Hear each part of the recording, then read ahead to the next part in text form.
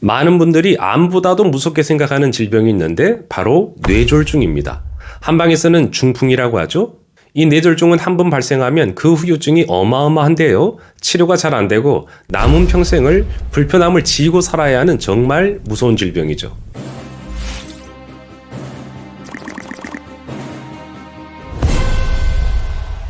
여러분 안녕하세요. 건강TV입니다. 오늘 주제는 뇌졸중입니다. 여러분, 중년에 뇌졸중에 특히 주의를 기울여야 하는 이유는 무엇일까요? 뇌졸중의 골든타임은 어떻게 될까요? 뇌졸중 증상이 생겼다가도 싹 사라지는 경우가 있는데요. 이 경우에는 안심해도 될까요? 자신에게 뇌졸중 증세가 있는지 확인하는 방법으로는 어떤 것이 있을까요? 이 중요한 점 지금 알아보시죠. 먼저 중년에 뇌졸중에 특히 주의를 기울여야 하는 이유는 무엇일까요? 뇌졸중은 예전에는 노인성 질환으로 인식되었지만 요즘에는 30대, 40대에도 걸리는 흔한 병이 되면서 그 발병 시기가 점점 젊어지고 있기 때문입니다. 또한 뇌졸중은 우리나라에서 단일 질환으로는 사망 원인 1위를 차지하고 중년에는 혈관성 질환이 흔한데요. 고지혈증, 당뇨, 비만을 앓고 있다면 뇌졸중 발병 위험이 더 증가하고 특히 고혈압이 있다면 고혈압이 없는 사람에 비해 뇌졸중에 걸릴 확률이 4배에서 5배 정도가 더 높기 때문입니다. 그럼 뇌졸중 골든타임은 어떻게 될까요? 뇌졸중은 증세가 시작되면 1분 1초를 아껴야 하는데요. 한번 손상된 뇌는 돌이킬 수 없기 때문이죠. 혈액이 뇌로 공급되지 않으면 어떻게 될까요? 4분만 경과해도 뇌세포는 죽기 시작한다고 합니다. 약물로 떨어질 수 있는 시간은 증상이 생긴 후 4시간 30분 이전이어야 한다고 합니다. 이 시간이 지나면 혈전 용해제를 투여해도 뚜렷한 치료 효과를 볼 수 없고 부작용이 커서 사용을 제한적으로 한다고 전문가들은 말하는데요. 아쉬운 것은 물론 전보다는 좋아졌지만 아직도 뇌졸중 의심 증상이 있는데도 느긋한 분들이 있다는 것이죠. 좀 더 지켜보다가 자녀가 오면은 그때 병원에 가야지 하는 부모님들이 계시는데요. 그런 분들은 골든타임을 놓치기 십상입니다. 그리고 귀소 본능이라고 해야 할까요? 자신이 다니던 병원에 먼저 가려고 하는 분도 계시는데요. 뇌졸중은 아무 병원에서나 치료할 수 있는 것이 아니고 혈관을 뚫어주거나 혈관을 막는 치료를 할 수 있는 정해진 병원에서만 할 수 있는데 1분 1초가 정말 아까운 상황에 시간을 허비하다 보니까 정작 필요한 처치를 못하고 후유증을 짊어지고 사는 경우가 있죠. 정말 안타까운 일이죠. 따라서 뇌졸중 증상이 보인다면 119에 도움을 청하고 신속히 응급실로 가야겠습니다. 119는 전문 병원에 대한 정보가 있고 환자를 가장 빨리 응급실로 이동시킬 수 있습니다.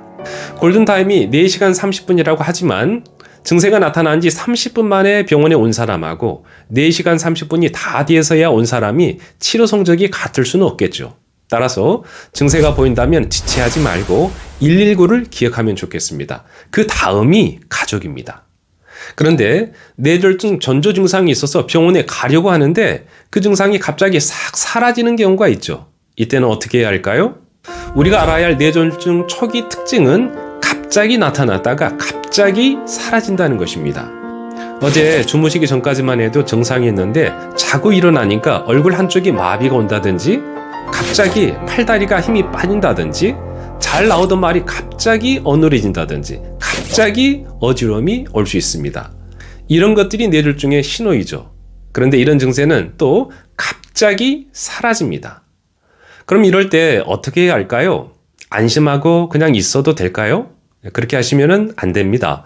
이런 증상을 TIA, 즉 일과성 허혈 발작이라고 부르는데요. 이 증상은 뇌혈액이 일시적으로 차단되기 때문에 나타나는 증상이라고 합니다.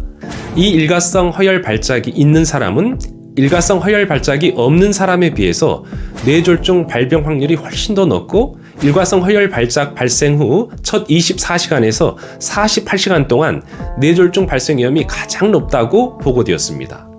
미니 뇌졸중이라고도 하는 일과성 허혈 발작 증세를 경험한 분들은 대체로 20에서 30%는 3개월 안에 뇌졸중을 경험하게 된다는 통계도 있습니다. 따라서 주부님들 설거지하다가 손에 힘이 빠져서 자주 그릇을 깨뜨리시나요?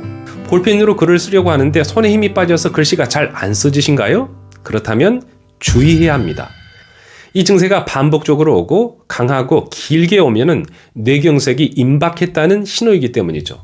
이때는 하는 일을 멈추고 즉시 병원에 가서 검사를 받아보셔야 합니다. 무시하면 어떻게 될까요?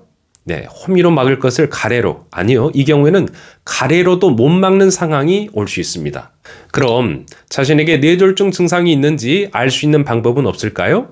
확인할 수 있는 두 가지 방법을 알려드릴 건데요. 첫 번째는 뇌졸중 증세가 있는지를 10초 만에 확인할 수 있는 방법입니다.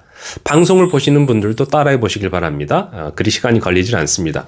저처럼 이렇게 두 손을 앞으로 나란히 자세를 하시는데 손바닥이 천정 또는 하늘을 보게끔 이렇게 펴시면 됩니다. 그리고 눈을 감고 10까지 세면 되는데요. 제가 세보겠습니다. 눈을 감으시고요. 하나, 둘, 셋, 넷, 다섯, 여섯, 일곱, 여덟, 아홉, 열. 모든 것은 그대로 놔두고 눈만 뜨시면 됩니다.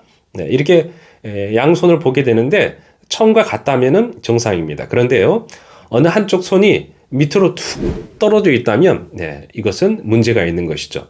근데 그 정도는 아니라 하더라도 손이 약간 이렇게 경미하게 이렇게 옆으로 돌아간다면 이건 역시도 뇌졸중의 초기 증상을 의심해 봐야 합니다.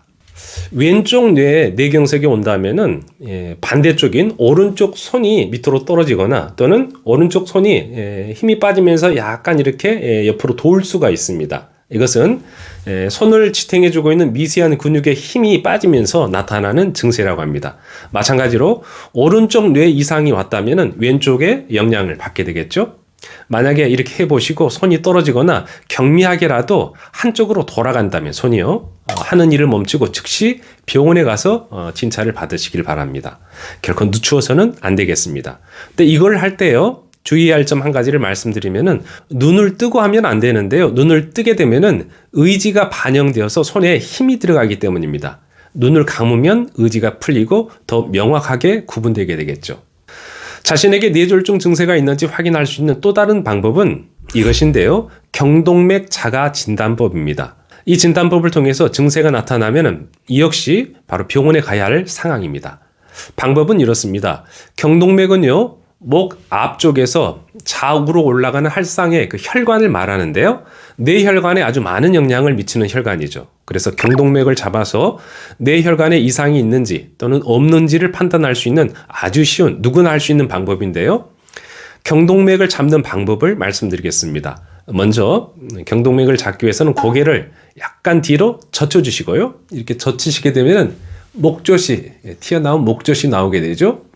여기를 중심으로 해서 3cm가량 좌우로 가게 되면 세 번째 손가락을 이용하시면 도움이 되는데요.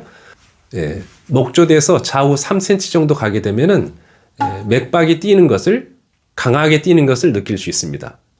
잡으셨으면 두 번째 또 네 번째 손가락도 살포시 거기에 얹어주시면 됩니다. 이렇게 해서 양쪽의 그 맥박을 느끼시면 되는데요. 보통은 세기가 같거나 약간 차이는 날 수 있습니다. 하지만 세기가 2배 이상 차이가 난다면 이것은 뇌혈관에 이상이 있다는 신호라고 합니다. 곧바로 응급실로 가야겠죠? 네, 오늘은 뇌졸중에 대해 말씀드렸는데 어떠셨나요? 어떤 점을 살폈죠? 중년에는 뇌졸중을 특히 신경을 써야 한다는 점, 뇌졸중에는 골든타임이 있기 때문에 119의 도움을 받아야 한다는 점, 전조 증상이 갑자기 왔다가 갑자기 사라지는데 이것은 더 큰 뇌졸중이 올 신호라는 점, 그리고 자신에게 뇌졸중 증상이 있는지를 확인할 수 있는 두 가지 방법을 알려드렸습니다. 뇌조직은 한번 괴사되면 어떤 치료로도 되돌릴 수 없다고 하죠. 때문에 예방이 최선인데요. 올해도 뇌졸중에 유의하고 예방에 신경을 써서 더 건강하고 행복한 날을 보내시면 좋겠습니다. 네, 그럼 저는 다음 시간에 또 다른 건강 이야기로 찾아뵙겠습니다. 감사합니다.